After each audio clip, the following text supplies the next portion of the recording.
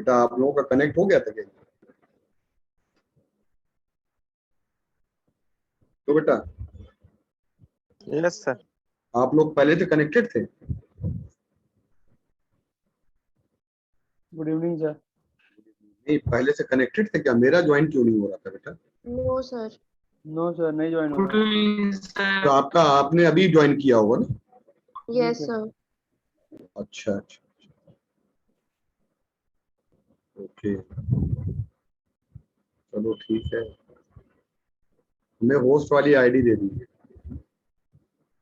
चलो बेटा कल से होस्ट वाली आईडी ले लेंगे।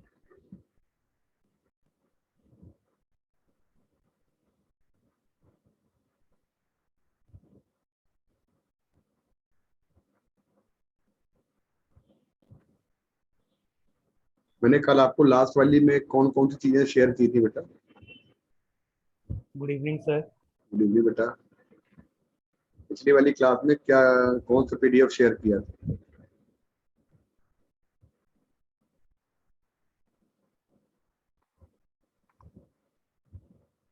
मैंने आप लोगों को बेटा पिछली क्लास में मैंने कौन कौन सा शेयर किया था बताइए?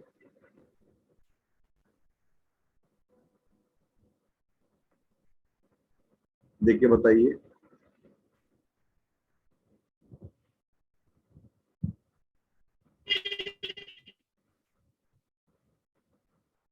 बेटा देखकर बताइए क्या क्या शेयर किया था? एटॉमिक एक क्वेश्चन का पीडीएफ। अच्छा, न्यूक्लियस करा दिया था, nuclear fission fusion, binding energy per nucleon. बोलो, बाइंडिंग एनर्जी पर न्यूक्लियन।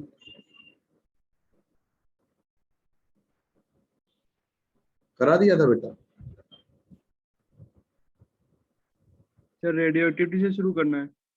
अच्छा, रेडियो एक्टिविटी से शुरू करना है। जी सर। अच्छा बेटा, ठीक।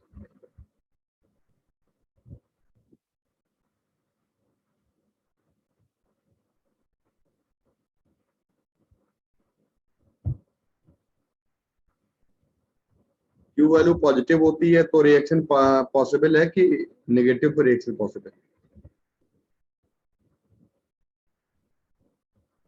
पॉजिटिव पे पॉसिबल है कि नेगेटिव पे पॉसिबल? क्यू वैल्यू पॉजिटिव होती है तब रिएक्शन पॉसिबल है या नेगेटिव पे पॉसिबल है?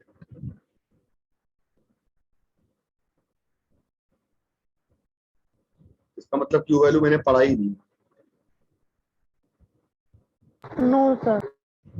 फिर ये हमें बताओ जरा पीडीएफ देख के कि हमने आपको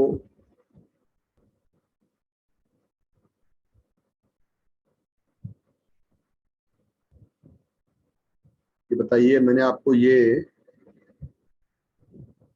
बाइंडिंग एनर्जी पर न्यूक्लियन का कर्व पढ़ा दिया है? Yes sir. फिजन फ्यूजन बता दिया है? फ्यूजन फ्यूजन और Yes. सर रिएक्टर का आज हल्का हल्का बता रहा था आपको। फिजन फ्यूजन हल्का हल्का बताया। मतलब न्यूक्लियर जो भी रिएक्टर फ्यूजन फ्यूजन। रिएक्टर के बारे में बता दिया था? नहीं सर, वो भी आज ही बता नो सर। अच्छा अच्छा, रिएक्टर के बारे में। अच्छा, न्यूक्लियस वन शॉट हुआ था ना पिछला वाला? ये सर न्यूक्लियस ही हुआ था। हाँ हाँ, न्यूक्लियस हुआ था ना, ये बात है। सर वो बड़ा वाला डायग्राम जो था पूरा, वो वहां तक पढ़ाए थे, उसी में बताए थे जो बताए थे। हाँ, न्यूक्लियस वन शॉट हुआ था।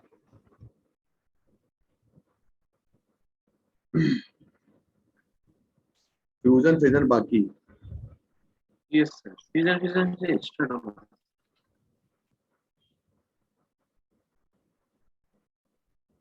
मुझे लगता है ये सब बाकी है। देखो ये देखो, सब बाकी, पैकिंग फ्रैक्शन बाकी है।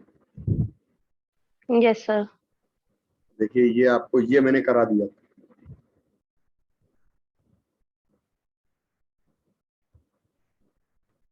ये करा दिया था binding energy curve.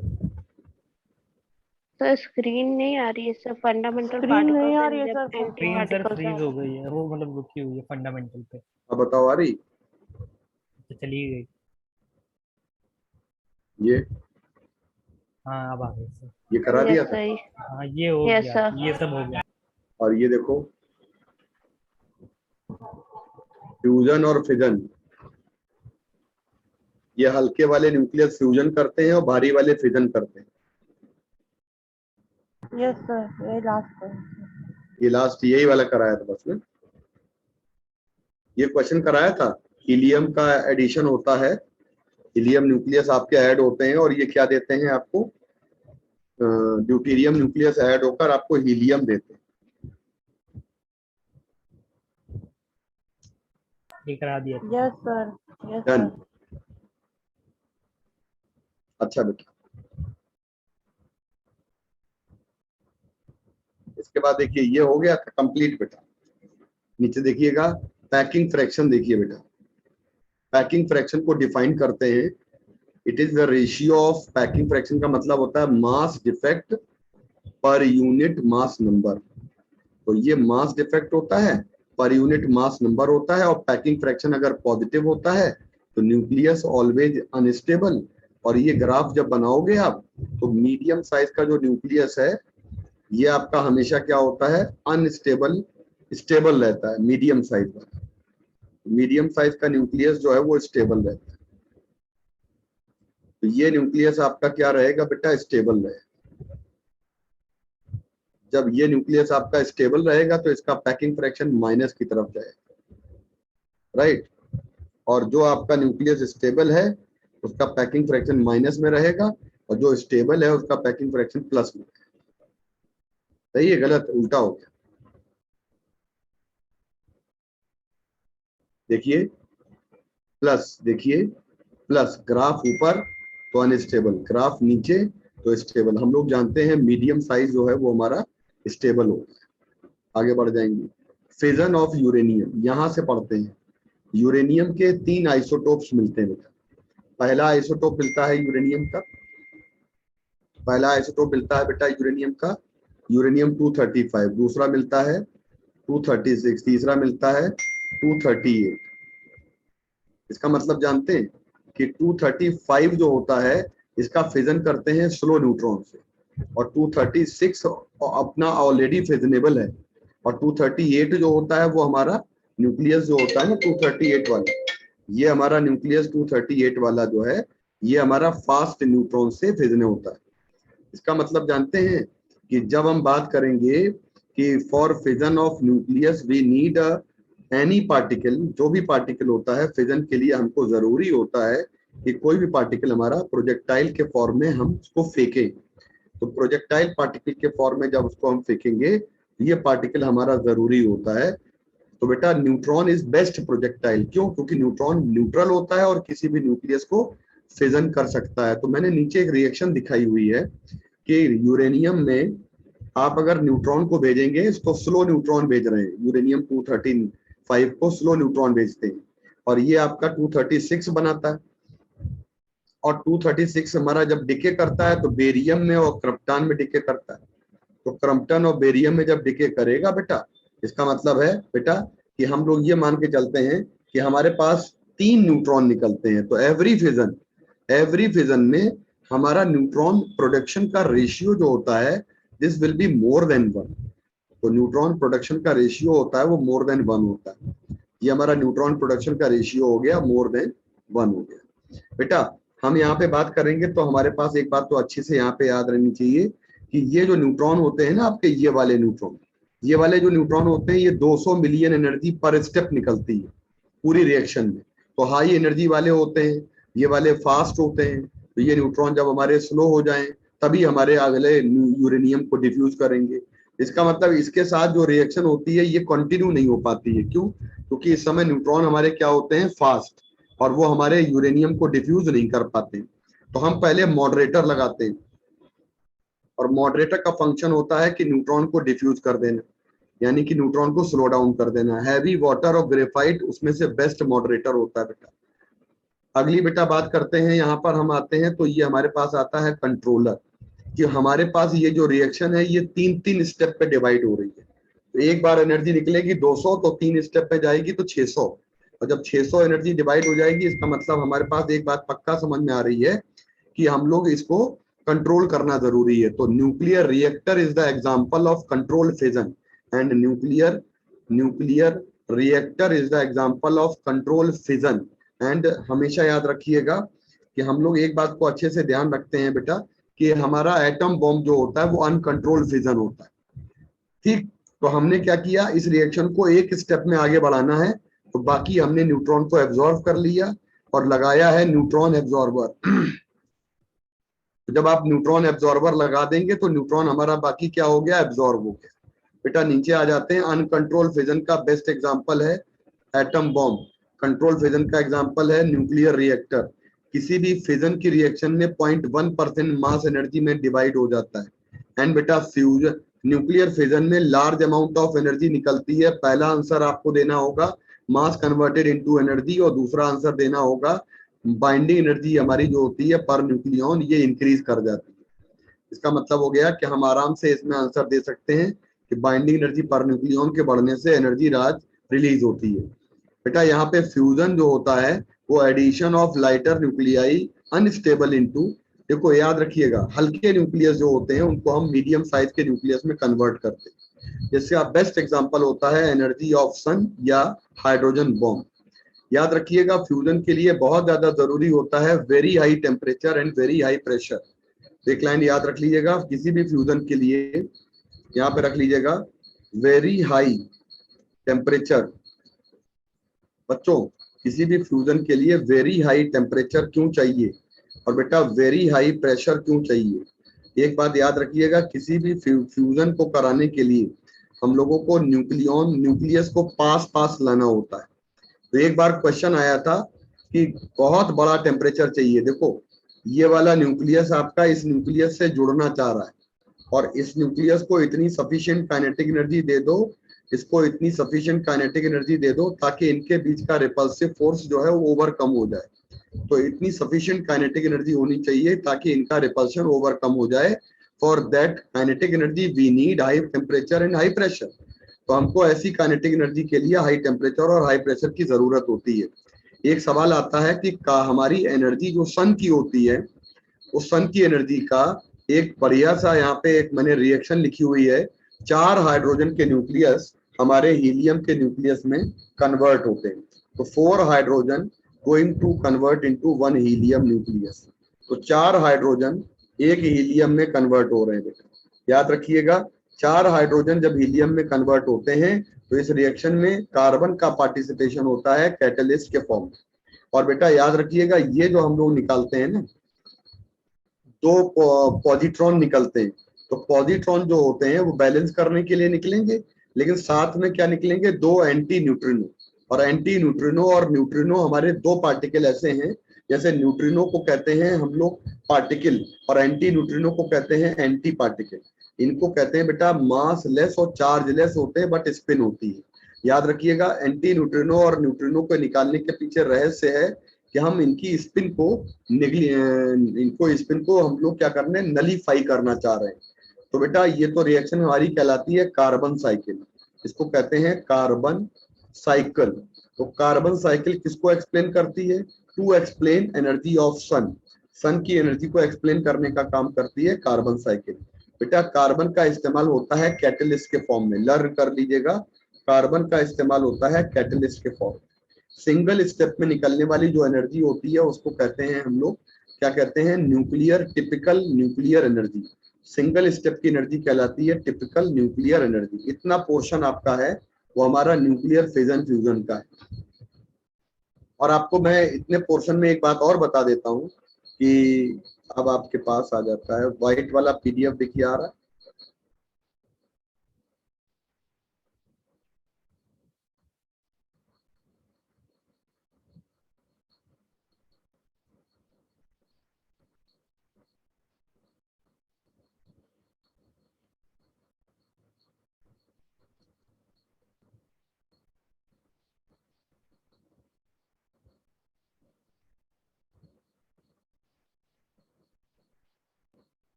Radio activity,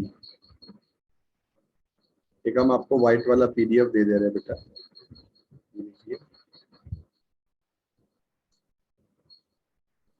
radio activity पे आ जाए।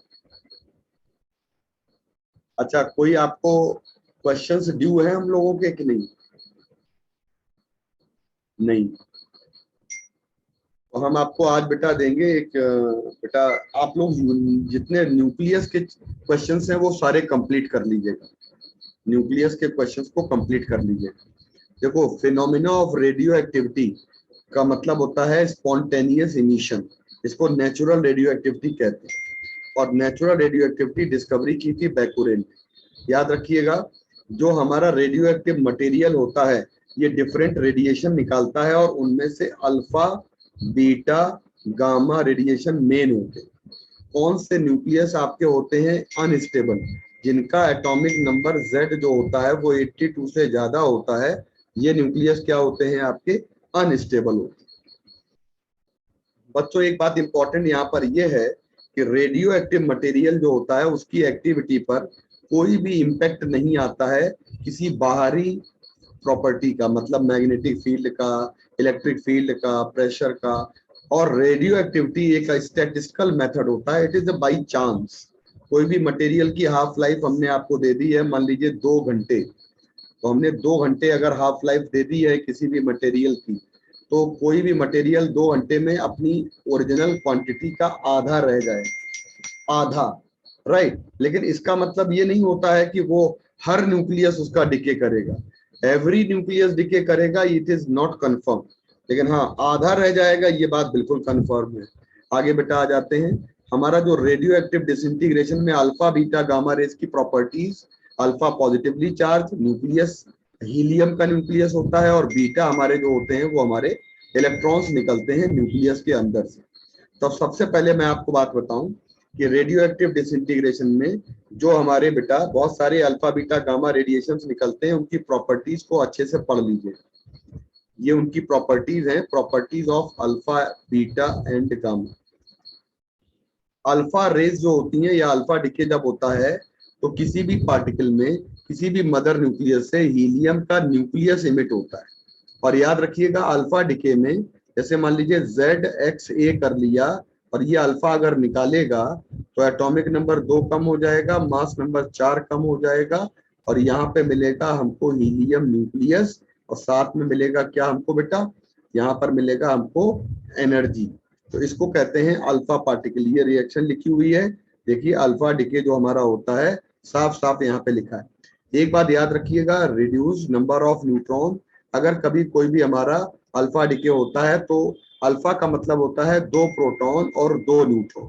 तो कोई भी न्यूक्लियस अगर अल्फा पार्टिकल निकालेगा तो मास नंबर में 4 की कमी आ जाएगी और एटॉमिक नंबर में 2 की कमी आ जाएगी, यानी न्यूट्रॉन की संख्या भी 2 कम हो रही है, प्रोटॉन की संख्या भी 2 कम हो रही है, मास नंबर 4 कम हो रहा है हमारा। और याद रखिए, कभी भी अल्फा पार्टिकल हमारा होता है ना, एक अल्फा पार्टिकल में जो अल्फा डिके करने वाले होते हैं उनकी हाफ लाइफ जो होती है वो हमेशा ग्रेटर होती है। मतलब अल्फा पार्टिकल निकलने में हमेशा टाइम ज्यादा लगता है due to tunnelling effect. Note कर लो ये लाइन। मान लीजिए मैंने आपसे कहा कि अल्फा पार्टिकल जो होता है वो अल्फा पार्टिकल आपका कोई भी न्यूक्लियस अल्फा डिके कर रहा है और कोई भी न्यूक्लियस बीटा डिके कर रहा है। बताइए किस प्रोसेस का हाफ लाइफ ज्यादा है? तो याद रखिएगा, प्रोसेस अल्फा डिके की हाफ लाइफ ज्यादा है, क्योंकि अल्फा डिके में हमेशा आपके पास जो अल्फा पार्टिकल निकलेगा वो हमेशा निकलेगा टनल बनाते हुए, टनल खोदते हुए निकलेगा। तो न्यूक्लियस के अंदर टनलिंग इफेक्ट आने लगता है। बेटा अगली बात कहते हैं क्यू वैल्यू।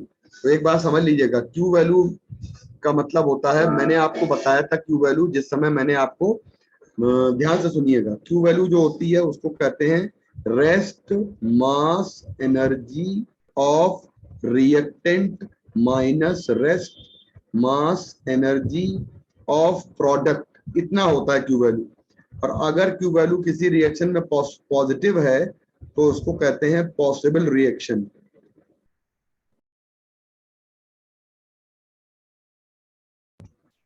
उसको कहते हैं पॉसिबल रिएक्शन। और अगर क्यू वैल्यू आपकी क्या होती है, माइनस होती है, तो उसको कहते हैं नॉट पॉसिबल रिएक्शन। तो ऐसी रिएक्शन आपकी पॉसिबल नहीं होती है जो रिएक्शन के लिए क्यू वैल्यू क्या होती है, माइनस होती है।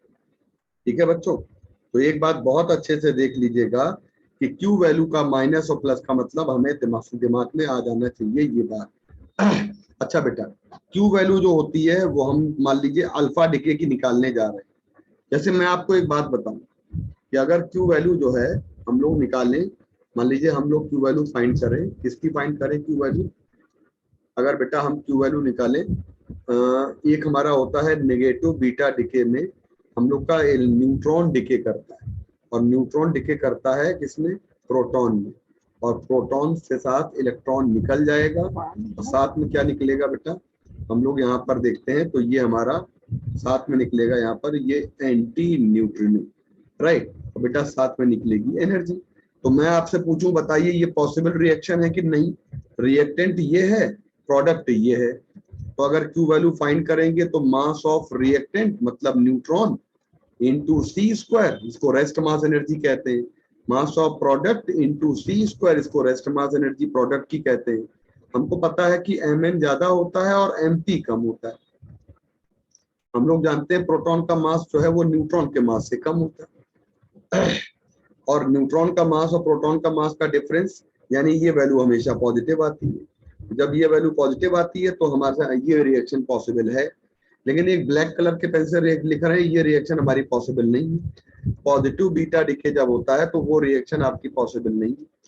यानी कि पॉजिटिव बीटा डिके में कोई भी प्रोटॉन आपका न्यूट्रॉन में कन्वर्ट होता है और साथ में पॉजिट्रॉन देता है, और पॉजिट्रॉन एंटी पार्टिकल है तो निकलेगा न्यूट्रिनो, एंटी पार्टिकल के साथ न्यूट्रिनो निकलता है, यानी पार्टिकल निकलता है। तो इसके लिए जरा बताइए क्यू वैल्यू क्या आ जाएगी? तो आप कहोगे मास of reactant minus mass of product और इनटू कर देंगे सी स्क्वायर।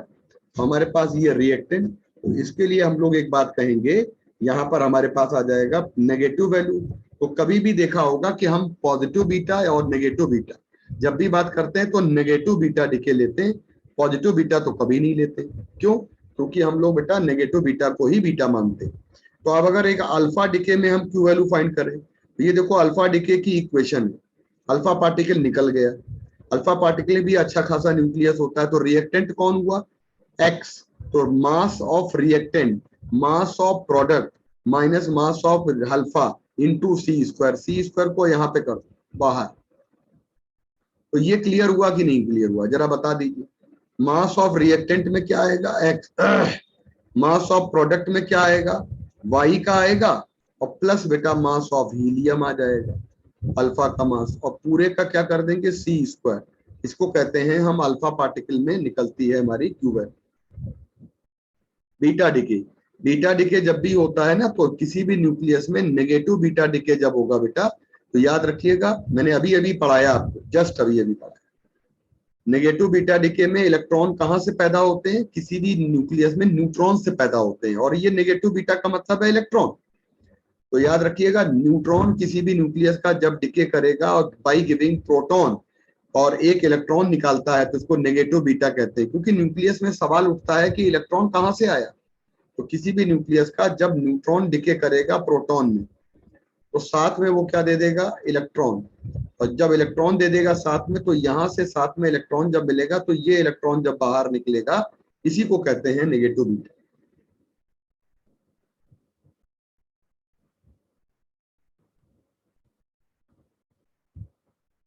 बेटा हम कहते हैं कि जब भी किसी भी न्यूक्लियस से ZXA अगर ये हमारा डिके करता है, ZXA अगर ये हमारा नेगेटिव बीटा डिके करता है, इसका मतलब होता है कि ये डॉटर न्यूक्लियस कौन सा बनाएगा? ये वाला। क्योंकि नेगेटिव बीटा में एक खास बात होती है, नेगेटिव बीटा में एक खास बात होती है कि मास नंबर में कोई परिवर्तन नहीं आता है। क्यों? क्योंकि बेटा आप मान लीजिए सोडियम है, और सोडियम 23 है, और सोडियम आपका नेगेटिव बीटा डिके करके मैग्नीशियम बनाएगा। आप बताओ सोडियम में नंबर ऑफ न्यूट्रॉन कितने हैं? 12। नंबर ऑफ प्रोटॉन कितने हैं? 11। और सोडियम में नंबर ऑफ, मैग्नीशियम में नंबर ऑफ प्रोटॉन कितने आ जाएंगे? नंबर ऑफ प्रोटॉन और नंबर ऑफ न्यूट्रॉन, तो नंबर ऑफ न्यूट्रॉन कितने आ जाएंगे बेटा?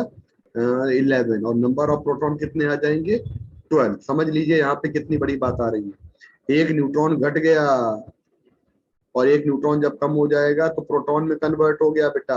समझिए समझिए, इसका मतलब प्रोटॉन बढ़ गया, लेकिन इसका टोटल पे कोई असर नहीं पड़ा, तो इसका मास नंबर में कोई चेंज नहीं आएगा। पीरियोडिक प्रॉपर्टीज में देखेंगे तो हमारा ग्रुप डिस्प्लेसमेंट लॉ, सुनते जाइएगा, कोई लाइन दोबारा सुननी हो तो बता दीजिएगा।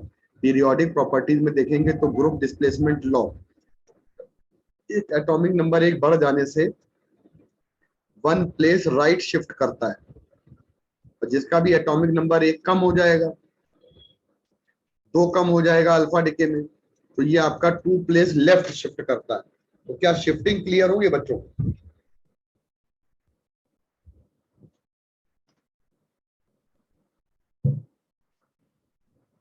जल्दी से वाई वाई टाइप कर दीजिए, आपकी तरफ से मैसेज मिल जाए हमको। ठीक है बेटा, तो आप समझ लीजिए कि n/p रेशियो यहाँ पे घट जाता है, और अल्फा डिके में हमारा n/p रेशियो अल्फा डिके में बढ़ जाता है।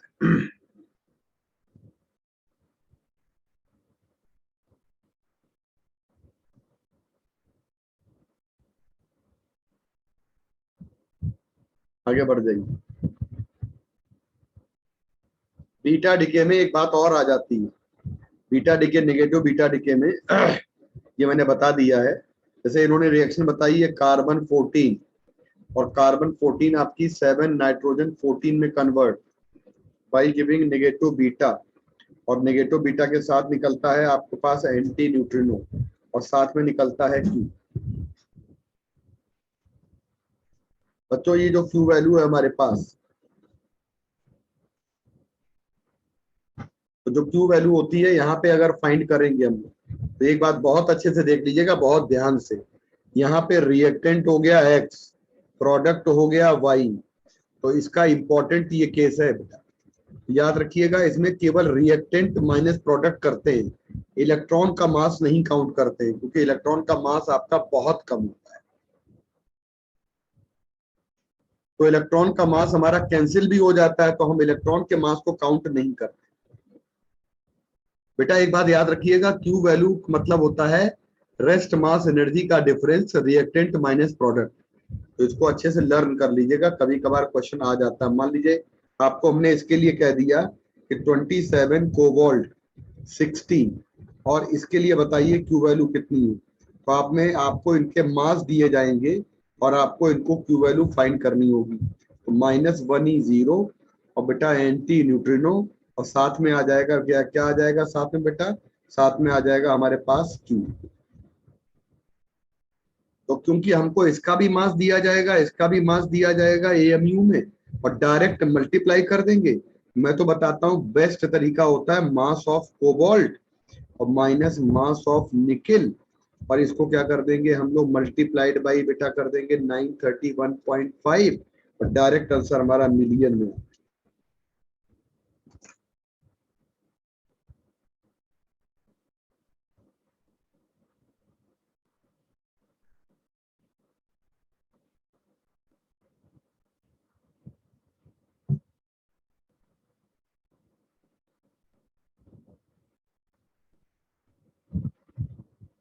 पॉजिट्रॉन डिके, किसी भी न्यूक्लियस से जब पॉजिट्रॉन डिके होता है, तो याद रखिएगा न्यूक्लियस के अंदर का प्रोटॉन, और ये हमारा प्रोटॉन इटसेल्फ कन्वर्ट हो जाता है न्यूट्रॉन में, और साथ में देता है एक पॉजिट्रॉन। और पॉजिट्रॉन जो होता है ये इलेक्ट्रॉन का एंटी पार्टिकल होता है, तो साथ में एक पार्टिकल निकलेगा, और साथ में निकलेगी Q एनर्जी, Q वैल्यू। तो हमेशा याद रखिएगा एटॉमिक नंबर जो होता है इसमें रिड्यूसेस बाई 1, क्योंकि प्रोटॉन घट जाता है। तो अगर ये न्यूक्लियस आपका दे रहा है पॉजिट्रॉन डिके, तो याद रखिएगा Z-1 हो जाएगा हमारे पास मास एटॉमिक नंबर, और A हो जाएगा मास नंबर, और साथ में निकलेगा एक पॉजिट्रॉन, साथ में निकलेगी एनर्जी, और ये निकलेगी Q वैल्यू।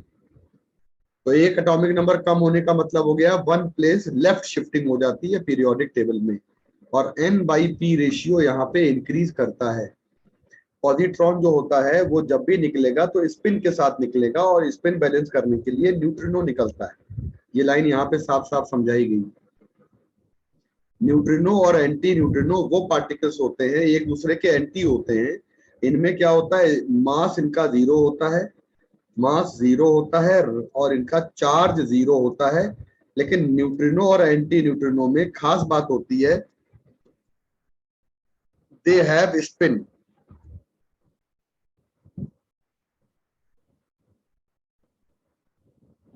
उनके पास स्पिन होती है बेटा। तो याद रख लीजिएगा ये सारी प्रॉपर्टी आपकी नेगेटिव बीटा डिके की होती है, ये पढ़ने की जरूरत नहीं है बीटा डिके में।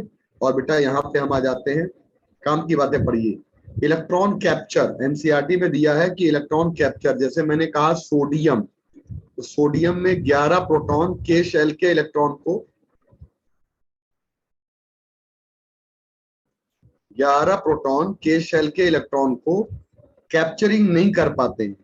लेकिन अगर हम बात करें प्लूटोनियम या यूरेनियम, तो यूरेनियम के न्यूक्लियस में चार्ज होता है 92 और यूरेनियम के न्यूक्लियस में के शेल में ये इलेक्ट्रॉन आपका कैप्चरिंग हो जाती है। तो के शेल की कैप्चरिंग क्यों होती है? क्योंकि वो हमारा बहुत पास में होता है और पॉजिटिव चार्ज बढ़ जाने से हमारी कैप्चरिंग हो जाती है। और वो इलेक्ट्रॉन समझिए ध्यान से कि न्यूक्लियस का कोई भी प्रोटॉन इलेक्ट्रॉन को कैप्चर करके न्यूट्रॉन में बदल देता है अपने आप को। तो समझ लीजिए प्रोसेस में क्या होता है, किसी भी प्रोटॉन का न्यूट्रॉन में कन्वर्जन। इसका मतलब मास नंबर में फिर भी कोई इफेक्ट नहीं आया। तो ये लाइन अच्छे से याद कर लो, ये अच्छे से याद कर लो, ये अच्छे से याद कर लो, ये अच्छे से याद। तो कभी भी हम देखेंगे मास नंबर में कोई इफेक्ट नहीं आता। देखिए आते हैं गामा डिके।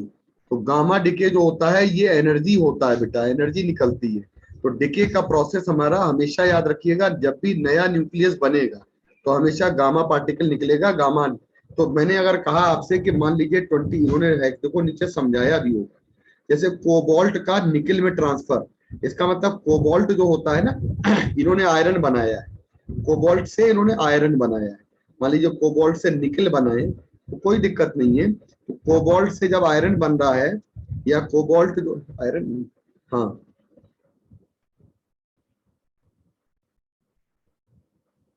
वैसे तो रिएक्शन हमारी ये वाली है 27, आप दिख रहा है बेटा। और ये वाली रिएक्शन हमारी जो होती है नेगेटिव बीटा वाली है। कोबाल्ट से बनेगा निकल, एक बढ़ जाएगा एटॉमिक नंबर और निकल हो जाएगा फ्रेशली प्रिपेयर्ड। और ये निकालेगा यहाँ से क्या, ये यहाँ से क्या निकालेगा बेटा, यहाँ से ये निकालेगा इलेक्ट्रॉन। और यहाँ से क्या निकलेगा बेटा, ध्यान से सुनिएगा, ये निकलेगा न्यूट्रिनो, एंटी न्यूट्रिनो, और साथ में क्या निकलेगी, एनर्जी। और ये फ्रेशली प्रिपेयर्ड होता है। और ये न्यूक्लियस जब आपका फ्रेशली प्रिपेयर्ड होता है तो जब ये डीएक्सलरेट करेगा यानी कि ये ग्राउंड स्टेट में आएगा तो ये यहाँ से क्या देगा, हमेशा निकल जो है वो आपको रेडिएशन निकालेगा। तो जैसे निकल आपका ग्राउंड स्टेट में आता है तो निकल यहाँ से रेडिएशन निकालता है। तो जब रेडिएशन यहाँ से निकलते हैं, तो जब रेडिएशन यहाँ से निकलते हैं ना तो ये गामा के फॉर्म में निकलते हैं। और गामा जब भी निकलता है तो इलेक्ट्रोमैग्नेटिक वेव के फॉर्म में निकलता है। और no change in atomic number and mass number, ये लिखा है गामा डिके में। वो एटॉमिक नंबर मास नंबर में कोई चेंज नहीं होता है, न्यूक्लियर नंबर सेम रहता है। गामा प्रोसेस का मतलब होता है एनर्जी निकलना। और ये हमेशा याद रखिएगा अल्फा के साथ गामा और बीटा के साथ गामा निकलेगा, लेकिन गामा कभी अकेला नहीं निकलेगा। और एक बात याद रखिएगा, अल्फा और बीटा कभी भी एक साथ नहीं होते, अल्फा बीटा कभी भी एक साथ नहीं होते। तो हम लोगों ने आज बेटा थोड़ा सा हम कम पढ़ा रहे हैं क्योंकि मेरी क्लास कल भी लगी हुई है 11 मई। तो 11 मई को हम लोग अपना रेडियो एक्टिविटी फिनिश करेंगे। लेकिन मैं आपको एक शीट में पहले से दे जा रहा हूँ और शीट में आपको पहले से दिए दे रहा हूँ ताकि आप लोग जो है एक काम कर लें कि इनके क्वेश्चंस को प्रिपेयर करके रख लें। तो 11 मई को कल वाली क्लास में, कल वाली मेरी जो क्लास है 7:30 पे कल वाली मेरी क्लास होगी। तो आप लोग जो है बेटा उस शीट को लगा कर आइए।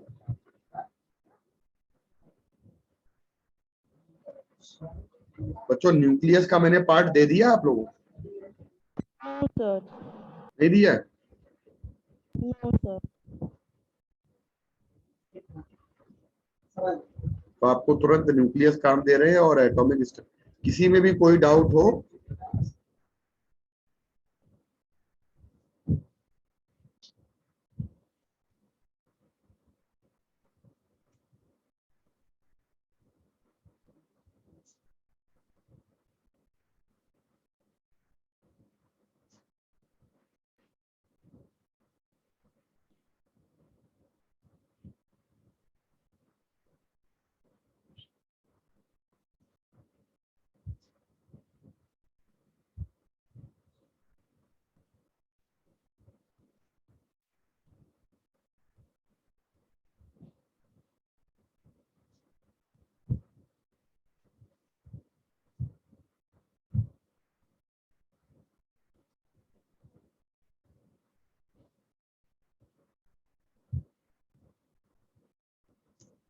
देखो क्या क्या आया।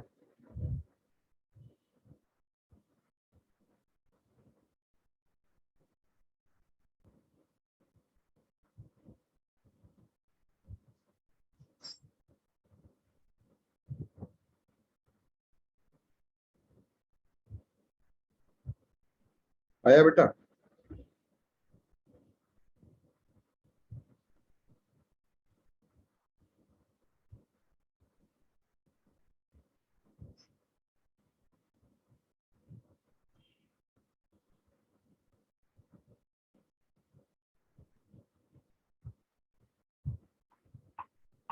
बेटा कुछ आया? न्यूक्लियस आया, न्यूक्लियस और रेडियो एक्टिविटी के क्वेश्चन की शीट आ गई और रेडियो एक्टिविटी की थ्योरी आ गई।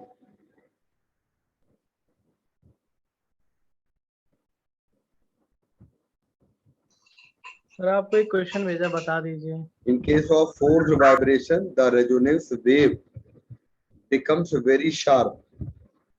Applied periodic force is small.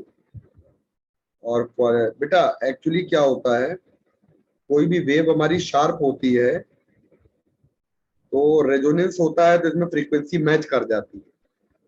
Sharp का मतलब है पीक वैल्यू मिलना, और पीक वैल्यू का मतलब, इन्होंने आंसर क्या चौथा दिया है बेटा? क्या सी दिया सर, सी। है? Sir damping force is small. देखो डैम्पिंग स्मॉल होने की वजह से, और डैम्पिंग क्या होती है? डिस्टरबेंस। तो डैम्पिंग हमारी स्मॉल हो रही है। लेकिन आप लोग जो है ना, ये बैंड विड्थ ये कहाँ पढ़ा आपने बेटा? एसी में है सर, है बेटा? एसी में। अरे आवाज नहीं आ रही। पेपर में आया है क्या किसी? सर ये एसएचएम। सिस्टम में आपने पढ़ा तो है, लेकिन इसमें तो पीक बैंड विड्थ से निकालते हैं। तो ये तो बेटा ठीक है, कर सकते हैं। बेस्ट आंसर इसमें बेटा ना, डैम्पिंग फोर्स जो होता है रेजोनेंस में कह रहा है कि वेरी शार्प पीक मिलता है, मतलब एक्चुअली रेजोनेंस में पीक वैल्यू मिलती है ऐसे, तो पीक मिलती है ऐसे आपको, तो वो बेटा वहां पे बैंड विड्थ घट जाती है। डैम्पिंग लगा सकते हो आंसर, बहुत ज्यादा वैसा आंसर नहीं है, रिलीवेंट नहीं। कहीं पेपर में आया है क्या? No sir. बहुत वैसा नहीं है।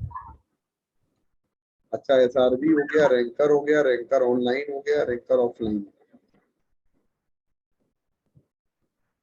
सर एक क्वेश्चन और भेजा था आपको पहले।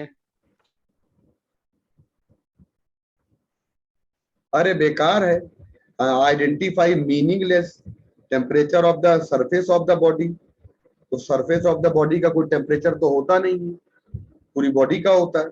लेकिन होता भी है, किसी बॉडी का सरफेस का टेम्परेचर थोड़ा अलग होता है कि नहीं होता है, बताओ। अब इन्होंने कहा मीनिंगलेस निकालो। Heat of the body, calorific value fuel की, ये सही है। Heat transferred to a body. देखो एक बात ध्यान रखो, इसमें जो सबसे मेरे अकॉर्डिंग जो आंसर है वो हीट ऑफ द बॉडी है ना, हीट ऑफ द बॉडी बेटा। मेरे अकॉर्डिंग जो आंसर है इसमें वो heat of the body, yes sir. कि बॉडी की कोई हीट नहीं होती।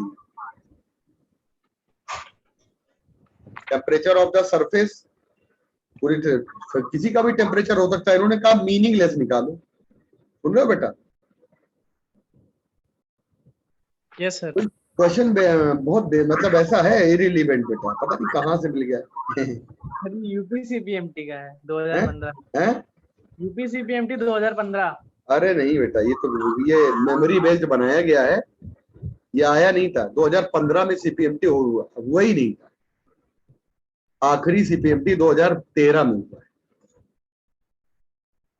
अनिकेत, सर आखिरी सीपीएमटी 2013 में हुआ है, और 2013 में नीट भी हुआ था, मतलब एनटीए। बेटा इसमें क्या ऑप्शन दिया उन्होंने?